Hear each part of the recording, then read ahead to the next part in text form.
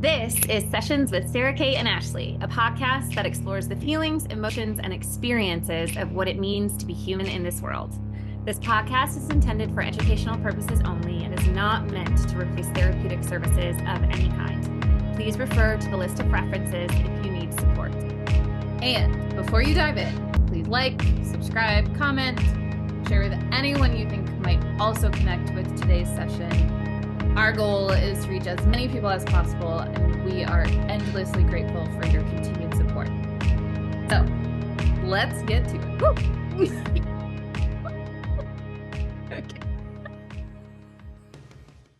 Hello, everyone, and welcome back to Sessions with Sara Cate and Ashley. I'm Ashley. I am Sara Cate. Oh, God. I was gonna attempt Are you to okay? say I was gonna attempt to say my name differently. I really wanted a different intonation on the end of my name, and then I swallowed my own spit. Oh, Right. well, Because I I mean, was it getting too happens. excited about saying, and I'm Sara Cate. Oh. We practice around here. We really practice, and God, we're it's well always seasoned. perfect the first go. Yep, we're well seasoned people. I mean, if Yeah. you have been with us for a while, this is what you do expect, in fact, from Ashley and I. And none of this will be edited out, just No. FYI. Here. Oh my goodness. Oh my gosh. Okay, Well, I'm we're glad that here. you're okay. Thank you. Thank you. Today we are going to talk about what do we do when we can't change anything, when there's something really hard going on and we kind of just almost in a way have to be like a bystander because in this moment there is nothing we can do to change the situation. We're going to talk about thoughts and what to do with those thoughts and should we be having thoughts and all of those things. So, Sara Cate is going to dive in a little bit more, but that's the premise of where we're headed today. Mm-hmm. Mm-hmm.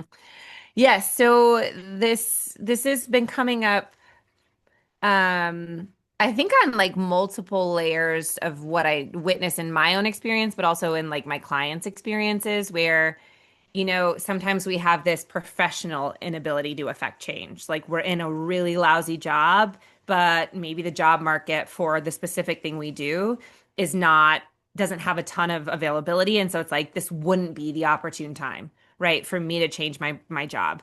Or I'm in a relationship and I need to consider the children or my finances or the other obligations I have to this person, and I can't really do what I need to do in the relationship, be that leave, be that ask for intervention, couples therapy, that kind of thing. Like maybe we're at this juncture where personally I can't change anything about the dynamic that I'm in at Mhm. this moment, right? Or we're in a situation that is just producing some anxiety, but there's nothing really to do. I'm in kind of a situation right now where there's like literally nothing I can do. But when I think about this situation, anxiety builds. I feel it in my body. I get activated, right? And so I really think this is something, and then politically, we see it Mhm. right now, right? Where there's so much happening all the time, every day, affecting women, LGBTQ people, immigrants, like all of this, everything right now is deeply impactful to probably a population or are.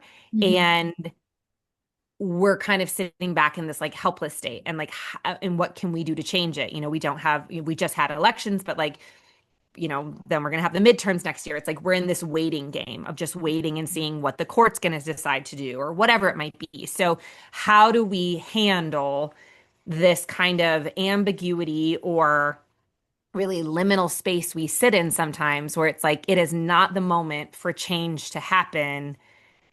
So, how do I build tolerance? How do I build capacity Mhm. to kind of sit in that discomfort and that activation, that fear, that worry without losing my damn mind? Yeah. So, do you feel like, because you mentioned a couple things that I want to highlight. Sarah Kate mentioned that she knows what that activation feels like in her body, or she can feel it. She said she gets anxious, she notices her body doing certain things, and I think that we have talked so much about that, and that is often one of the first places that we can turn to gain some more information. And it Yeah. does, I think it does, like, do we want to feel differently when that's coming up? When I get anxiety and my diaphragm's all tight and it's harder to breathe, do I want that to go away? Yeah, 100%. Hmm. So let's maybe talk a little bit about checking in with your body and how to handle or support, I should say, like those physical sensations, Hmm. right? Hmm. Because we all, I mean, the way that I experience anxiety in my body is different than Sarah Kate. It's probably different than any of you listening. And so, me saying that it's in my diaphragm, that is what I have come to know where anxiety lives in my body. And so, like, for example, when I feel that, it's my diaphragm. So I feel like I got a little bit of like a cheat code because your diaphragm is your breath muscle. And so I take some really deep, slow breaths. I Hmm. don't worry so much about it has to be like 6 seconds in and 8 seconds out, or a box breath, or any of those things. I just return to inhale, exhale. And those are the only two instructions I give myself is just inhale, exhale. And I do that until I feel a little bit better, to be honest. I don't know. Sometimes it might be three breaths. Sometimes it might be one. Sometimes it might be 20. But I Hmm. just sit and that's what I do. Yeah. Yeah, I think that I love that you can name and acknowledge, right, how, like where and then how you work with it. And I think that that has always been my mission in doing somatic work is to help people Well, identify. listen, honey, you're the one who taught me. Great, mission accomplished. I get it.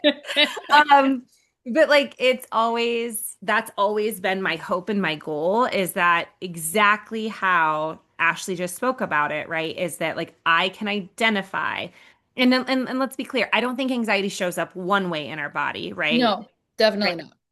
But I do think, and I can have, for me, I can have different types of anxiety. Sometimes it's body, sometimes it's brain, sometimes it's just even a noticing of like how my breath is functioning. And I'm like, oh, wow, I'm in some, I might not even like be clocking it until I see kind of a physiological change Hmm. somewhere.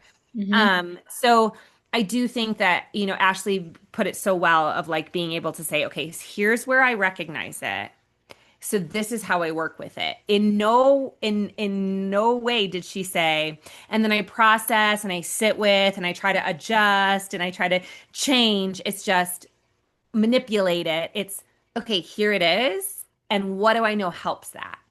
And I think if we could give ourselves that space and that permission to kind of work with anxiety in that way, a lot of us could feel some relief in, Hmm. and not saying it gets rid of it, but we could Right. experience relief Right. because it doesn't have to feel so all encompassing. It doesn't have to feel so overwhelming Right. because now I've slowed my respiration down, which helps all of my organs kind of also chill out because Hmm. respiration drives heart rate, right? And so then my heart calms down. And then I maybe also have like a spontaneous breath of like a shudder or a shake, right? Or a release then because Hmm. your system is now recognizing, okay, the threat actually isn't right here. Right. A minute. It's not in my face. Yes, I feel like it puts enough space between me and the thing that is causing the anxiety, which I may or may not know what that is, but I Totally. feel like it gives me enough space to then say, okay, now I can actually take the next step. Not in like that next step literally might be like, okay, now I can get ready for work, right? Or now I can whatever, I go to the grocery store, whatever like mundane daily task I need to like get done. It's not saying like, okay, I've taken, 13 deep breaths and now I feel better. And now I'm going to go process and everything is going to be perfect. And this thing isn't going to give me anxiety anymore. It's Right. like I'm moving myself physically out of a state of like, for Mhm. me, just that freeze of I can't do anything. Yeah. There Yep. is no, nothing is is gonna follow this feeling that I'm having. Yeah. Yeah. And, we've talked a lot about like moving from freeze to fight flight, which actually helps us execute something. Right. We've Mm-hmm. talked about because fight is a very, and flight are both very like active kind of ways to engage with something. We've also talked about being able to recognize, okay, like I don't in fact have to do something right now. That's also another state of like, Right. okay, like Ashley was saying, like my physiology all of a sudden realizes that thing isn't happening now. So I actually can just maybe spend a little bit more time taking a few more deep breaths, Mm-hmm. right? If we can kind of move from that old part of our trauma brain into that prefrontal cortex enough for us to be like, oh, okay, there's nothing I can cause and effect, right? Which is what lives here Mm-hmm. of us being able to be like, oh, okay, I can't really do anything about that right now. So what I can do is focus on my breath, Yeah. you know? What about like the thoughts, right? So, I spoke about like, okay, I just don't want to feel like this. Like, I don't want my physical body to feel like this. But then, like, what do we do about the thoughts that keep coming in about it?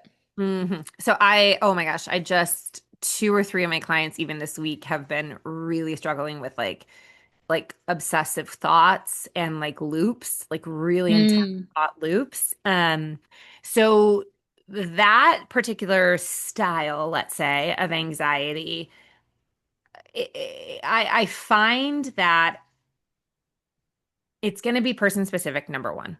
sure. How your body responds, how your mind responds to disruption is in particular going to be something that you have to determine in your own body. Ashley and I give you a ton of examples, but it doesn't necessarily mean it's going to work for you. Hmm.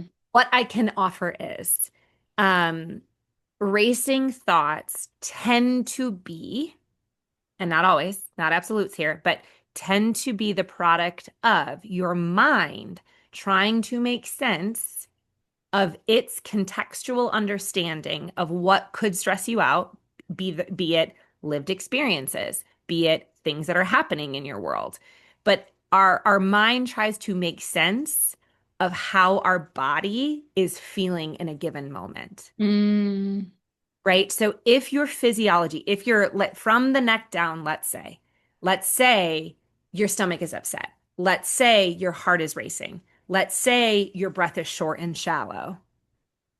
It is very easy then, especially at night when we're quote unquote calming down, for our mind to pick up because there's something probably, or we can even be almost like what's so interesting is when they're finding like a link between the way that your body, right, is holding the musculature. If you are in a tension pattern, it is signaling to your brain, our muscles are tense. There's a reason we need to do something. We need to fight, we need to run, mm, whatever it is. But so many of us live in these chronic tension patterns where our yep. shoulders are, I mean, this is Ashley's area of expertise too, of right, of how the musculature and how the physical structure of the body holds things Hmm. in these like tension patterns. And so then what it does is then our brain is like, okay, our body is signaling to us that something is causing us to feel tight in order to engage some way. So what are all the things I know that I can just pull from the sweet little hat of trauma I've maybe experienced in my life to like wrap around this feeling? Yep. Right? And then it's like, okay, now my brain's like, now we can solve it. Now I can find the threat and then I can take care of the threat through thinking it. And Yeah. this is where again we have to come back to how do I recognize in my body where I'm feeling that activation, how it's showing up, so then I can figure out what technique to use. And sometimes, let's be clear, you're throwing shit at a wall. Mm, You find yourself stuck in one of those thought loops, the best thing that you can do is try to do something different. Sitting in it, letting it stay is going to keep you in there, right? Like our body loves a rhythm. And so if it's here's the threat, let me think up through the 10 ways I can fix it. Here's the threat, let me think through the 10 ways I can fix that, right? Like it wants to stay in that rhythm. And so what we have to do is disrupt rhythm, be it hmm. cycling thoughts, be it how fast our breath is. Disrupting the rhythm in body looks like slowing our breath down. Disrupting the rhythm in their body looks like going for a walk, movement, give it something to do. Disrupting the thought is, hold on, here, look at me spiraling, look at me spinning. What is something I can do? How can I orient to my environment and see what else could come in? How can I go? How can I move my body and give my thoughts a different direction? How can I engage with someone, right? Like if you have a safe person in your life, can you come into connection with them, right? So that way your energy goes somewhere different than just sitting in it. Is it Yeah. calling a person, right? Some Yeah. people are external processors. Some people need that external kind of connection and input to help shake their mind out of it. Also, when we come into connection with someone we're safe with, that brings our body into safety, which Mm. helps our nervous system calm down, right? You could look at it as like a top down. Here's my racing thoughts. Let me sit with somebody I love. Okay, there's my body calming down, calms the bottom. Bottom up approach looks like, wow, I'm really noticing this activation in my body. What are things that I know I can do to support that and help that shift? Hmm. Yeah. Okay, so when she's talking about like moving like the physical body holding tension, I think probably at some point in our lives we've all either had somebody put their hands on our shoulders or somebody Mhm. has said, "Hey, lower your shoulders away from your ears." But that's one of the biggest, it's such a simple example, but it's so like Yeah. reachable for all of us because we know what that feels like because it's like the reason I'm saying this is oftentimes when we say that to people, they don't realize they're doing it, right? Hmm. And so it's completely normal and understandable that you're not always going to know what your body is doing. And the point of this is not to say you should know exactly what your body is telling you and what this holding pattern means for you all of the time, right? The more that you can check in and ask, the more that you just spend 2 seconds noticing if you're starting to feel some kind of way. That's how we start to learn these patterns, right? That's how we start to listen to our bodies tell us, literally give us the information. Hmm. But it's not like something that you're going to learn overnight. And it's Hmm. not something that's going to be perfect every time. Like I know exactly what I feel in my diaphragm. That feeling is very familiar to me. Do I miss it sometimes? Yes, Hmm. 100%. And it could go on for days before I'm like, oh, yes, Oh, that's actually. what's happening. Or it could take me even Yeah. hearing somebody else Yeah. say something about breath, and I'm like, oh, I'm well, not breathing. okay, I should take a deep breath, right? Yeah. So it doesn't, when we're learning our physical body, this is like, to be honest, one of the coolest things that I think about being human is that Mm. we get to explore our body our whole life because this anxiety in my body may change. I Mhm. may eventually no longer feel it in my diaphragm, but like Sarah Kate said, that's not the only place it lives. I may really start to notice it somewhere else, and that becomes like the thing that's talking louder to me. And I get to learn that, and I get to learn how to move through that physical discomfort, you know? And so I don't know, we say so many times on here, like, well, and like you just said, right, we give examples, but it doesn't necessarily mean that it's Yeah. perfect and that we are perfect in all of this. Our And that it's going to be effective for you in the way that Yeah, we're describing it, or right. even show up in the way that we're describing it. Totally. Our mission has just always been to like get you thinking about it Yeah. and to get you Yeah, the talking about it. curiosity. Yes. Hmm. Yeah. And I think the more, for me, am I going to say that I fucking love my anxiety? No. No. Have I made peace with my anxiety? Absolutely not. Do I Yeah. recognize it's there as a mechanism? Yes. Sometimes is it mine? Yes. Sometimes is it not mine? Yeah. Yeah. But like, and when I say that, I mean sometimes I can really track when my anxiety is coming from my body Hmm. and when it's coming from somebody else in the environment, right? When Hmm. their stuff is ramping up, so then my system is like responding. Yep. Had to do a ton of work about work around differentiation from my environment and the environmental structures that I was around, right? If you grew up having to really hyper orient to your environment, as an adult, it can still be very difficult to recognize where like I'll even sometimes leave dinner parties or spaces that I'm in with other people and I'm like, whoa, I'm not feeling that anymore. I was like really Mm. feeling it in that environment. And then by the time I get away from it, I'm kind of like, oh shit, that isn't, no, that's not actually really Mhm. fully mine because now Yeah. it's dissipated when I'm not around the stimulus. Yep. And it can be hard to sometimes do that, right? Like, let's say, and maybe you're in a situation where you're an anxious person and it's affecting your partner or the people in your life, or you're with a partner who struggles with anxiety or depression, right? And all of a sudden, you can kind of start to emulate some of those qualities. That differentiation work is so important when we're doing Mhm. this to really discover, like, okay, how do I know something to be mine so I can just really sit on focusing, Yeah. supporting my body right now, as opposed to mm, maybe being around that person when I don't have a ton of capacity isn't the best thing to do. Right. But Yep. kind of coming back to like, how do we build our capacity around that? How do we what can we do when we can't do anything to change what we're in, right? Mhm. When we can't change the circumstances around what is potentially causing us anxiety. So I want to just bring us back to two techniques that we have talked about. One is the head turns, just the gentle head turns left and right. The other is the VOO breaths, the VOO, the VOO breaths. And we can link an example of the VOO breaths in the show notes. There's some really good uh, resources on YouTube.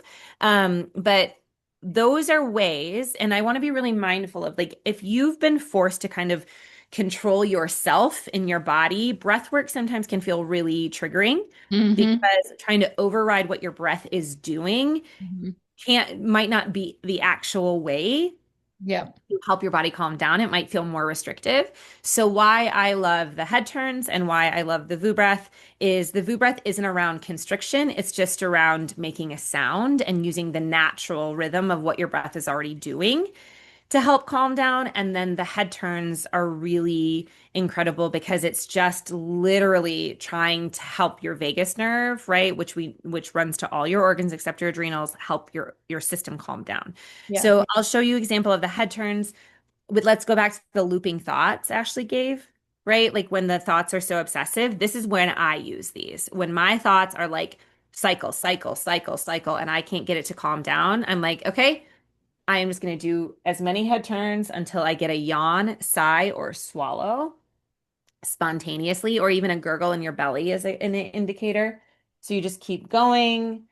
So what Sarah Kate is doing, for those of you not watching Oh, right. YouTube, is just slowly, not she's not flipping her hair back and forth, but she Catch is, catch me at Charlie's nightclub. Maybe it would be that, but here we are. You can also you can regulate your nervous system when you're out yeah. by dancing and whipping your hair around. Um But yeah, slowly turning my head. yeah, she's just slowly turning her head from side to side, not necessarily finding a point that she has to like stop and stare at. She's just slowly turning her head from right to left, like she just said, until she gets a sigh, a yawn, a gurgle in your tummy, Or a swallow. or a swallow. Yep. Yeah. And you just do that. And then what I do is I assess, okay, how's that thought the same? How is that thought different? Hmm. And if it's the same, I do a few more and I get another yawn, sigh, or swallow. Is the thought the same? Is the thought different? And typically, two or three times in, you're gonna start to see a shift of what kind of your mind is creating around it. Yeah. The VU breaths are great for at night because it brings in the parasympathetic, which is the rest and digest system of our nervous system, or branch of our nervous system. And that can be really great when you have those racing thoughts at night. Also, if you feel like your heart beating really strongly or something at night when you're trying to calm down, the Virbasana, like I said, I'll link it, but it's just an inhale and then you exhale a low vibrational. And I don't know if my mic will pick it up, so we'll just add in. I love Ashley's yawning. We'll add in in anticipation of a nice full inhale. Exhale, voo. And you do it the extent of the exhale. And then you just, like I said, you're following your natural breath cycle there. So it isn't like a controlling of the breath that can sometimes be a little bit triggering to people who've had stuff around Hmm. that manipulation Yeah. of their physiology before. So these are ways that you can just slowly start to affect some changes um, Hmm. for your body, for your system, when there isn't ability to make bigger changes, Yeah. right? We can work with our physiology. Every time the thought of the situation that I'm in comes in, I just literally take a couple seconds to regulate. And then I go back about what I was doing typically. But I'm not letting it build, build, build, build, build. So that way I have the huge Mhm. flood. Now, if there's a moment that I'm in and that happens, that's okay too. Yeah. Anxiety builds. It can be hard. Yeah. But what we're trying to do is trying to dissipate it as much as we can in our day to day so that we don't have those huge escalations and then a crash. Yeah, totally. The only other thing that Sarah Kate and I talked about, because I do this, I really let, like when you can't do anything, I really love to still have some kind of physical act, Yes. of like, well, so I'll just tell you what it is. Y'all know that I love sticky notes now. Um, So, Mhm. a very current situation that I'm in is I am working part-time at this job that I really am just not happy in. And right now, with a baby coming, it's not the right time for me to Nope. do something about that. So, I'm in this situation, but I can't do anything right now. But what I have found is helpful for me is I've taken a little sticky note on my desk and I have made one slash, like one side of an X for the amount of days that I have left working. Now, you know, give or take a week or two, depending on her plans. Um, but every day, then I get to complete that X. And so it gives my brain something that I It's still tangible. can say like, hey, this is you get to do this. I know that Yeah. we can't like change right now, but you still get to complete this You're task working towards it. around it. Yes. Now, if you don't know exactly when something is going to change, I've used this to like mark milestones. And so I'll use like holidays. So I have 3 shifts left or whatever it is, or 3 times left being around this person until Christmas. And then at Christmas, I get a break. Or maybe it's not the holiday that you get a break, but maybe it's like you're going on vacation or they're leaving town or whatever it is. I'll use things like that. Mm-hmm. And so that's just another thing that you can think about if you are in a situation where you can give your brain still something active. Yeah. Yeah. When is there going to be a change? Right. And it can be close, it can be far out, but like I love that kind of tangibility of that, of being able to say, okay, here's what gives my mind something Mhm. also to kind of focus on. Right. And it's giving you that like realization that it isn't always going to be like this, even though it's like this right now. Right. Yes. Yes, my dear, you got a card for us over there. I sure do. I have this cute little porcupine. I Oh, know. prickly little sucker. Prickly little sucker. I once lived next door to a dog and her humans, who got hit in the face by porcupine needles in Colorado. I know. Poor moose, man. She really thought she was a moose, but She wasn't. she was not. Poor baby. I know. I Well, know. what's the medicine that these spiny little suckers want us to Okay. know? So this is from the same Spirit Animal Wisdom book that I've been using. That is in your show notes. Okay, know that you are always protected and have the ability to defend yourself when needed. Porcupine is here to remind you that you are safe and protected. You have the ability to Mm. defend yourself when needed, so there's no need to worry about others or be afraid of getting hurt. Everything you need to stay safe already exists within you. Although you have a tough exterior, you also have a softer side that is sensitive. Find the balance between the two so you are not putting up unnecessary guards when vulnerability would be more appropriate. Learn when to let others in and when to keep them out. Let your gentle nature and intuitive senses guide you. You have the ability to feel the true intentions of others and are extra sensitive to energy. Put up energetic shields when necessary to close yourself off from absorbing people's negative energy. Stay open only Mhm. to those who match your higher vibration. So good. So good. Just like a And so reinforcement a of lot. like the what we talked about, the techniques of noticing when you leave a party, oh, I don't feel like that anymore. Mm, Or being around somebody, oh, that lifted. Okay, what does that tell me about how can I protect my own energy? How can I better mhm, serve myself mhm. instead of continuing patterns that maybe just aren't super helpful anymore?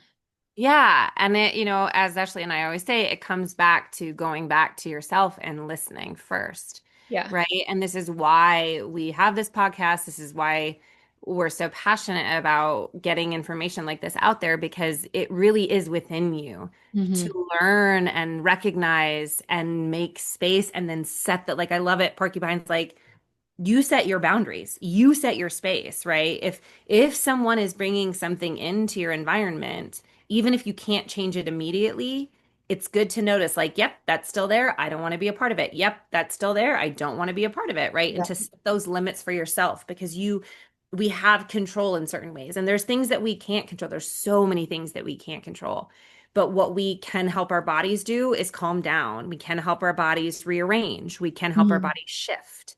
And that is within our control, even if the circumstances that we're in are not. Yes. So, So, as always, be kind to yourself, take care of yourself, and perhaps be a little bit curious about ways that you can support your system a little bit differently. yeah. And until next time, see ya. Bye.